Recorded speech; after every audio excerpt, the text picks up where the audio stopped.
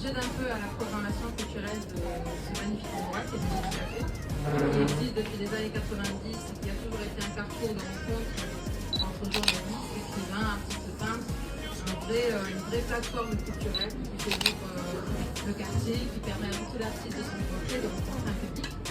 Nelly Kokumbu est auteur de 5 ouvrages, dont le premier est cette rupture amoureuse qui m'a fait grandir. Merci beaucoup Léa.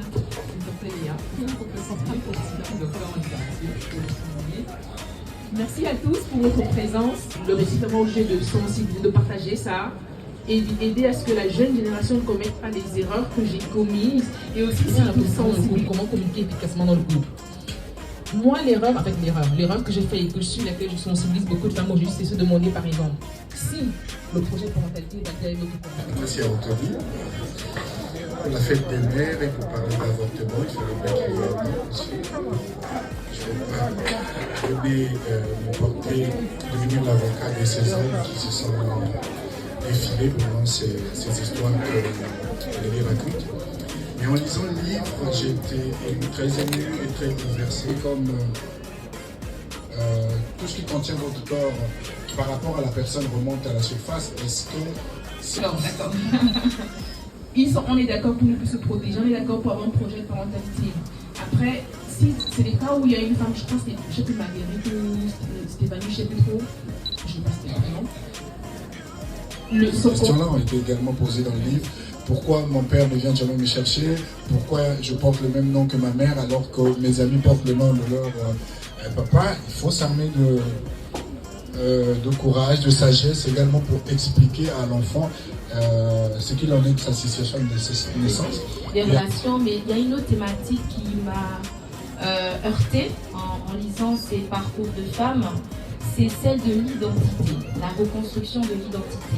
Alors, l'enfant parle, qui les acceptent tels qu'ils sont avec leurs enfants et qui sont même des pères plus que, je parle en fait, des pères plus que, qui sont vraiment des bonnes figures paternelles exemplaires pour ces enfants-là. Je tire mon chapeau, j'admire vraiment. Donc, et je pense que pour répondre à ma question, il faudrait un peu déconstruire le mythe de la famille. Également, je suis totalement d'accord. Hein.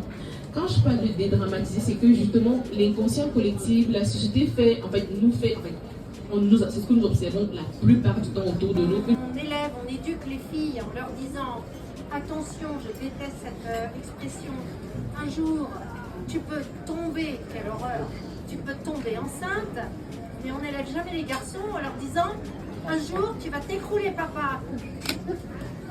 Placée comme celle-là qui devrait être éduquée pour, alors que l'homme se situe déjà sur un piédestal et on peut davantage le constater dans cette écriture. Quitte à Nelly de revenir. Admettons d'emblée que la femme, finalement, elle doit tout supporter. Elle est faite pour ça. Le rôle est grave.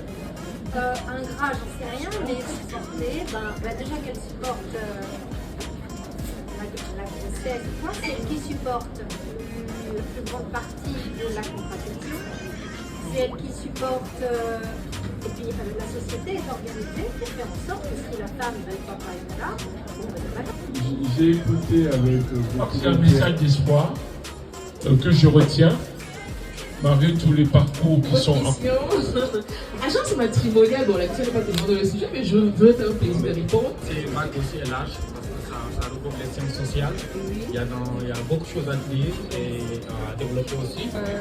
Pourquoi tu milites autant pour l'avortement, les relations? Est-ce que tu as une histoire personnelle liée à cela à nous partager? Merci à tous pour votre présence et pour vos interventions. Derrière, pour ceux qui veulent des exemplaires du livre, je suis disponible pour...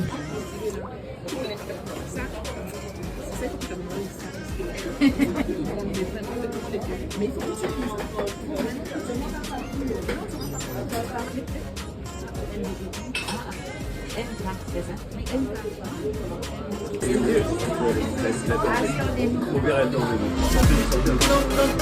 ils ont deux nouvelles.